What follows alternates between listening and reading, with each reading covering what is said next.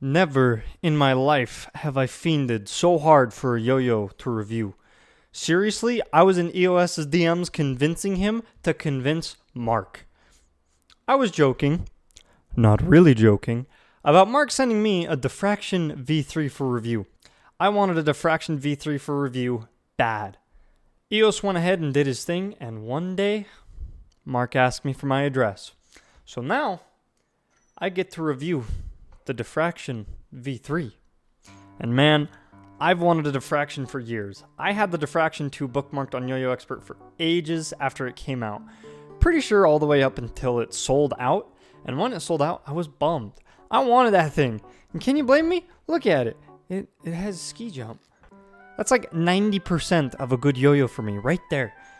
The only reason I never really copped one back then was because, for some reason, I didn't like wide yo-yos. I don't know why. I just dismissed wide yo-yos and didn't really bother with them. I am a changed man now. But look at the Diffraction V3. It has that competition monometal lineage, which I'll explore later. But the Diffraction itself has been worked on by Mark at MK1 for years now. The original had a fun-sized run, not a ton, but apparently the Diffraction 1 had like sharp spots and stuff, so Mark went in and gave it a touch-up, and that's how we got the Diffraction 2.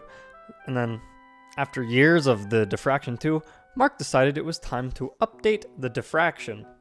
He pondered it, wondering how he could make it a better yo-yo. His baby, the one he's going back to and constantly improving. He went to the CAD software.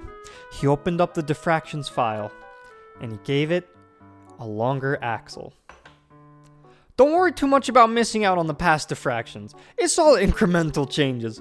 Mark made a good yo-yo, and he's tweaking it to make it better with every iteration. Overall, the design is attractive and pleasant, and I've always thought that. The rims have really comfortable curves. The curves are uniform with that inverse round shape, kind of H shape. There's nothing really sharp in the design of the Diffraction 3. It's just clean and smooth. The little response bump is nice. The profile is just a good profile. I really love this shape. The hub is where things get interesting and where we can explore the weight distro of the Diffraction 3. The rims aren't super thick. There's a decent chunk there, but there's not as much as, say, the OP Yoyo's Polybius. They got a thumb grind slope. I actually learned thumb grinds on this. Now, this center hub. The center hub was confusing for me at first. I wasn't sure if this was a finger spin dimple.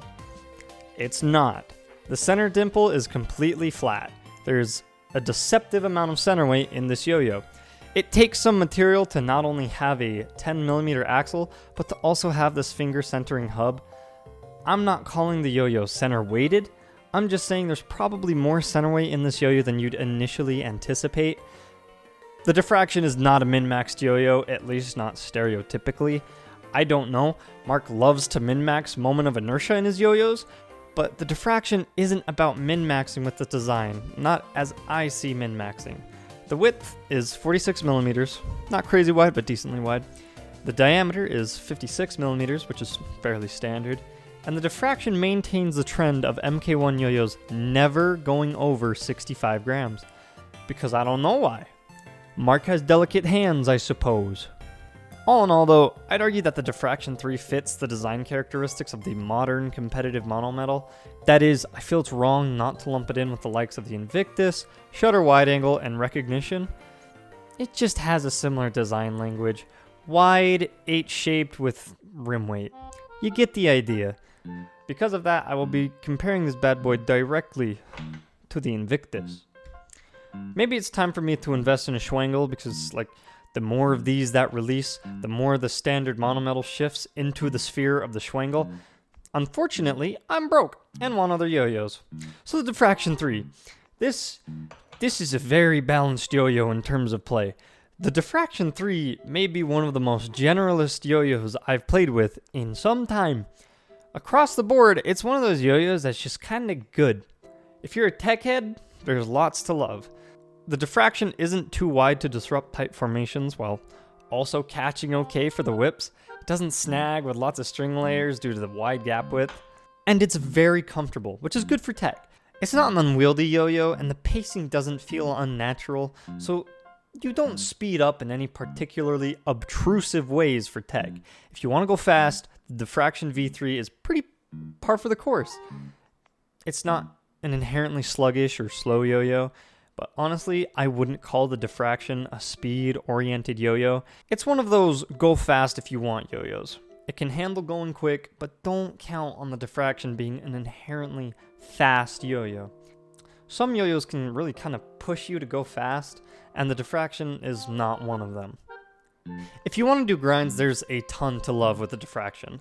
It's probably one of the most grindable yo-yos I've ever owned, just with this profile and this center hub. Though it is not a centering dimple hub, it is still a good hub for finger spinning. And the finish is an FPM finish, which is just absolutely insanely nice for grinds. And I mentioned this earlier, but I actually learned how to do thumb grinds on the Diffraction. And you get an idea of how much of a generalist the Diffraction 3 is. I will be honest though, my first impressions of the Diffraction 3 were brought down mostly by one thing, that being the power. I just kind of wish it came back to my hand with a bit more of a kick. Maybe that's just a personal thing, but when you've thrashed out your full combo, you do a bind, and it comes back with a solid kick, not only is it satisfying, but it just indicates, to me, a strong design. There's that feeling of like, oh, I could have just kept going after you go through an entire combo. This can be attributed to technique. If you throw a good throw, you'll always be able to get through an entire combo with any yo-yo. But if the yo-yo has powerful spin, you can really stretch out the longevity of that combo and string together more tricks. It's not that the Diffraction 3 is anemic or doesn't have enough spin. I just wish it kinda had a bit more kickback when you did a bind. And speaking of binds, the Diffraction can be a little slippy. There are give and takes with yo-yo design. Generally, a yo-yo like the Diffraction, which has a 4.6mm gap width, has that really good ability not to die and snag with multiple string layers. But the trade-off is that it's slippy. Personally, I prefer a slippy yo-yo that can handle multiple string layers, but I know some people are really picky about binds.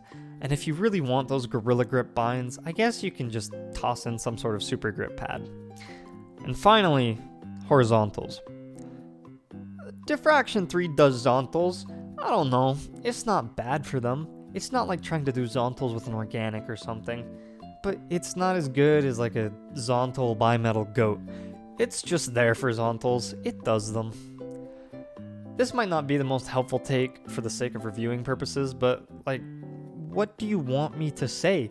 It just does them. The Diffraction 3 is probably one of the most balanced yo-yos I've played with recently. Compared to the Invictus, they're certainly in the same subcategory of yo-yo. They're different flavors though. Invictus has a bit more of that standard competitive vibe. If you had an Invictus and the whole time all you could think was, I wish it could be dialed back a bit, you'll love the Diffraction 3. So here's the weird bit between the Invictus and Diffraction 3. The Diffraction 3 can handle rougher play better, but when it comes to things like zontals, I find the Invictus needs a little bit less finesse and technique than the Diffraction 3. When you pull off a bind, the Invictus comes back to the hand harder. Now, the Invictus is absolutely more slippy than the Diffraction, but when you pull off the bind, the Invictus will come back more solidly. For things like speed, the Diffraction has better controllability, but it has a naturally slower pace. As a whole, I feel the Diffraction has a bit more of a nuanced playstyle compared to the Invictus. Overall, the Diffraction 3 is a pretty balanced player. I wouldn't consider it as generalized as, say, a Shutter. I use the Shutter as the baseline for most monometal yo-yos. Compared to the Shutter, well, I felt affirmed in using the Shutter as a baseline yo-yo, and you'll see why. On the string, the Diffraction feels lighter and more maneuverable than the Shutter, and my immediate impression out of the box was that the Diffraction felt light and maneuverable. Compared to the Diffraction, the Shutter comes back with a bit more kick. My immediate impression out of the box was that the Diffraction could use a bit more kick on the bind. For zontals, I find the Shutter to be slightly more effective. it just doesn't really tilt off axis as much as the Diffraction 3 does for horizontals. The Diffraction 3 requires you to be cleaner with your horizontal play, but as a whole, I find that can handle similar levels of janky play as a shutter. If you're in the mood for something that isn't necessarily a min-max speed demon or powerhouse and would rather just enjoy a solid yo-yo that has a really approachable design, then consider checking out the Diffraction 3. It's a yo-yo built to be yo-yoed with. It's fairly premium, it's a 7075 yo-yo that's just purely enjoyable to play with. I say give it a go. $70 for a 7075 yo-yo as fun as this one? As I see it, that's well worth it. Overall, it's fun. It lived up to my expectations after years of wanting a Diffraction. Thanks for watching. Adios.